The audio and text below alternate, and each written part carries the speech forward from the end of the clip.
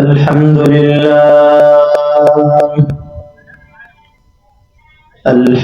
لله نحمده ونستعينه ونستغفره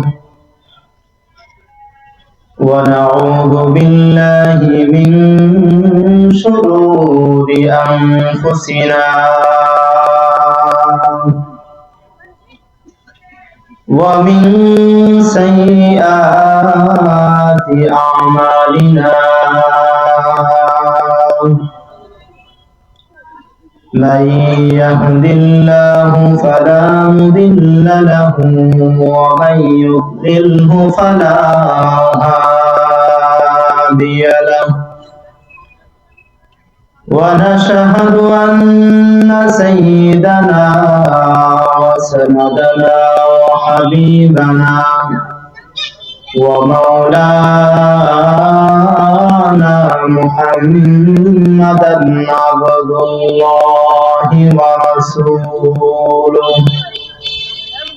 الذي أرسله الله بالحق بشيرا ونذيرا وداعيا إلى الله بإذنه وسراجا منيرا أما بعد فقد قال الله تبارك وتعالى في كلامه المجيد وفي فرقانه الحميد قل هل يستوي الذين يعلمون والذين لا يعلمون وقال الله تبارك وتعالى في آية أخرى يرفع الله الذين آمنوا منكم والذين أوتوا العلم درجات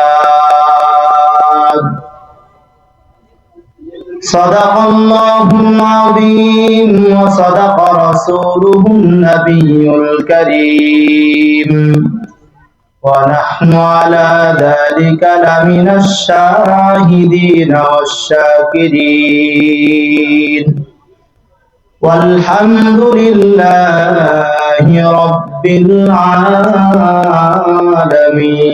العالمين اللهم صل على محمد وعلى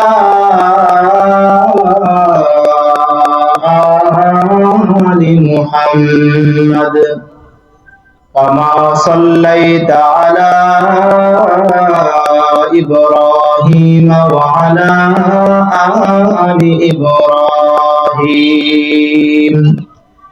إنك حميد مجيد اللهم بارك على محمد وعلى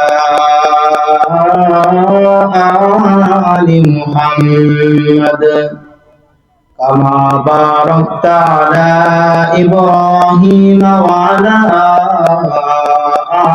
آل إبراهيم إنك حميد مجيد পৃথিবীতে যত বাচ্চা আগমন করে সমস্ত বাচ্চারাই ইসলামী ফিতরাতের উপরে জন্মগ্রহণ করে। এরপর প্রত্যেকের পিতামাতা তাকে যার যার স্বধর্মের শিক্ষায় শিক্ষিত করে। যার পিতা যেই ধর্মের মানুষ তার পিতা তার সন্তানকে সেই ধর্মের আদর্শ দিয়ে বড় করে। কোন ব্যক্তি যদি মুমিন হয়, মুসলমান হয়, ওই ব্যক্তি তার সন্তানকে দ্বীনের শিক্ষা প্রদান করে। কোন ব্যক্তি যদি হিন্দু হয়, বৌদ্ধ হয়, হিন্দু তার সন্তানকে হিন্দুয়ানি শিক্ষা প্রদান করে। কোন ব্যক্তি যদি বৌদ্ধ হয় বৌদ্ধ ব্যক্তি তার সন্তানকে বৌদ্ধের যেই শিক্ষা সেই শিক্ষা প্রদান করে। কোন ব্যক্তি যদি খ্রিস্টান হয়, ওই ব্যক্তি তার সন্তানকে খ্রিস্টীয় শিক্ষা প্রদান করে।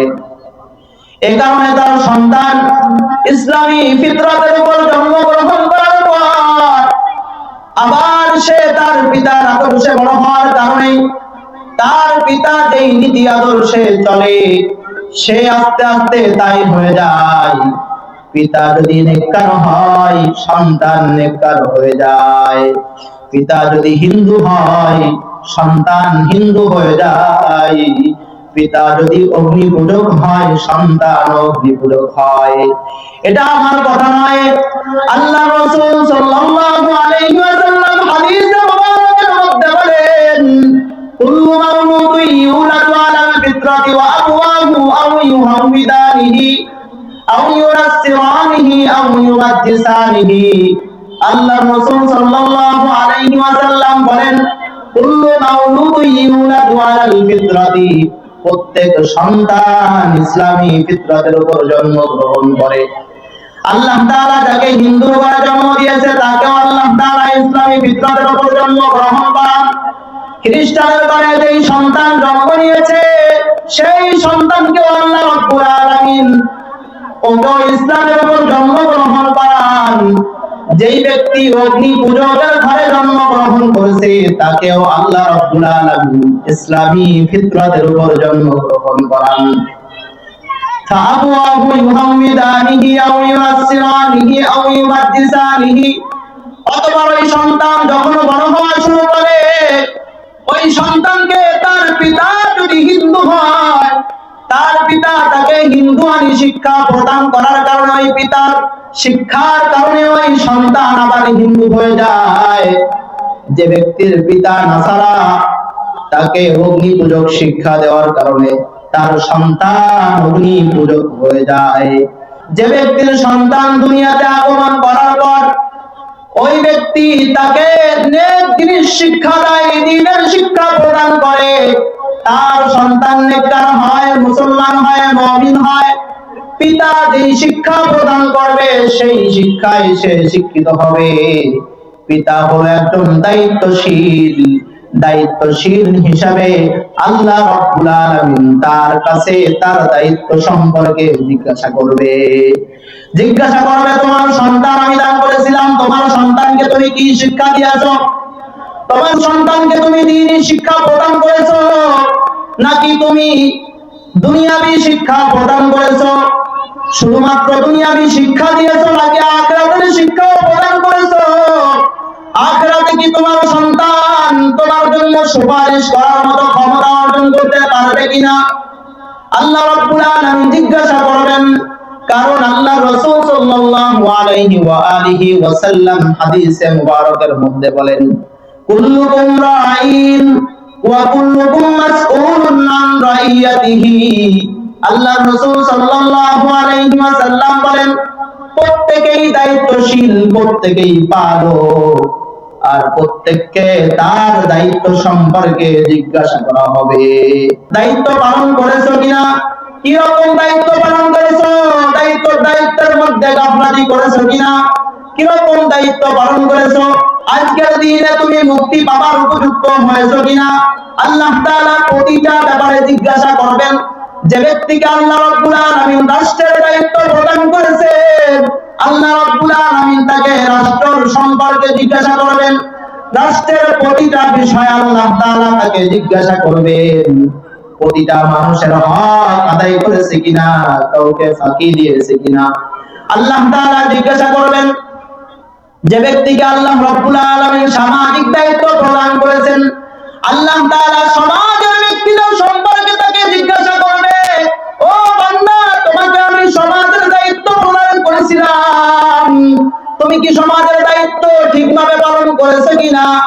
তুমি কি সমাজের প্রতিটা মানুষের হক বুঝে দিয়েছো কিনা? তোমার কাছে আজকে হকের হিসাব না দেওয়া পর্যন্ত তোমার কাছে আমার জান্নাত আমি বুঝে দেব না। আল্লাহ তাআলা জিজ্ঞাসা করবেন। যে ব্যক্তি পারিবারিকভাবে দায়িত্বশীল তাকে জিজ্ঞাসা করবে, পরিবারের প্রত্যেকটা মানুষকে সুন্দরভাবে পরিচালনা করেছো কিনা?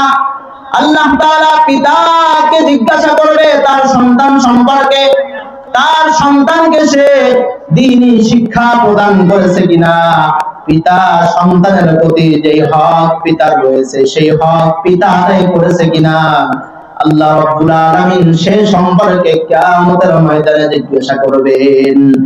আল্লাহ রাসূল বলেন কুল্লুকুম রাঈন, প্রত্যেকেই দায়িত্বশীল, আর প্রত্যেককেই তার দায়িত্ব সম্পর্কে জিজ্ঞাসা করা হবে। দায়িত্ব ঠিকঠাক ভাবে পালন করেছো কিনা, কিভাবে দায়িত্বটা পালন করেছো আল্লাহ তাআলা জিজ্ঞাসা করবেন। সেই দিন যারা সন্তানদেরকে দ্বীনি শিক্ষা প্রদান করে নাই তখন তারা ধরা খেয়ে যাবে। আল্লাহ রাব্বুল আলামিন রাসূলের মাধ্যমে জানিয়ে দিয়েছেন প্রত্যেকটা সন্তানকে যে আমি ইসলামী ফিতরাতের উপর জন্ম দিলাম, তোমার সন্তানকেও তো আমি ইসলামী ফিতরাতের উপর জন্ম দিয়েছিলাম। তোমার সন্তানকে তুমি কি বানিয়েছো, ইহুদি বানিয়েছো নাকি খ্রিস্টান বানিয়েছো নাকি